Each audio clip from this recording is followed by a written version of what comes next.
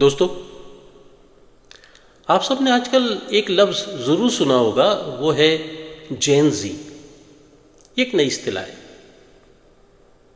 یہ ایک اکیلی اصطلاح نہیں ہے، بلکہ یہ کئی ادوار کا مجموعہ ہے۔ یہ ادوار 20ویں صدی یعنی 1901 سے 2025 تک کے 7 ادوار یعنی 7 جنریشن میں تقسیم کیے گئے۔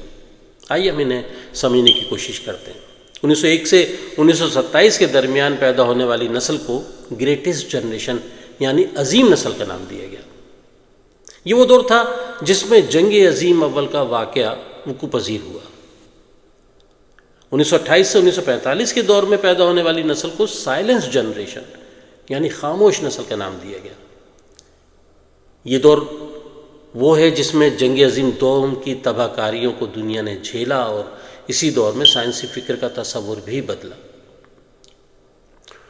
1946 سے 1964 تک کی نسل کو بیبی بومر جنریشن کا نام دیا گیا ہے، یعنی وہ نسل جب انسانی پیدائش میں تیزی سے اضافہ ہوا۔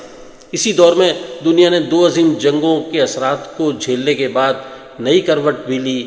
امریکہ میں سول رائٹس کی مہم چلی۔ پھر آتا ہے 1965 سے 1980 کا دور۔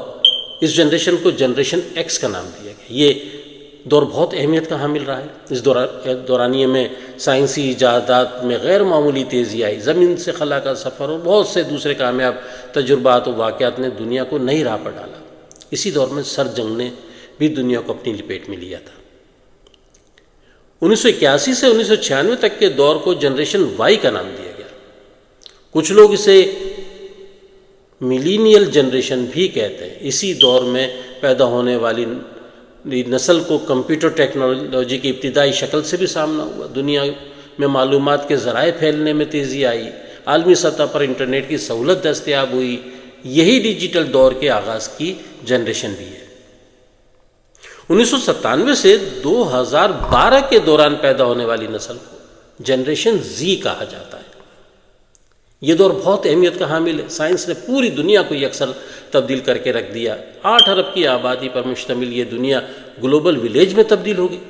کمیونیکیشن کے ذرائع، الیکٹرانک میڈیا اور سوشل میڈیا نے دنیا کو دیکھنے اور سمجھنے کے انداز کو حیرت انگیز طور پر بہت تیزی کے ساتھ تبدیل کر دیا۔ اور اب سب سے آخر میں آتا ہے 7واں دور۔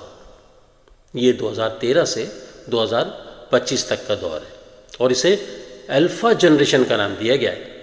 در حقیقت الفا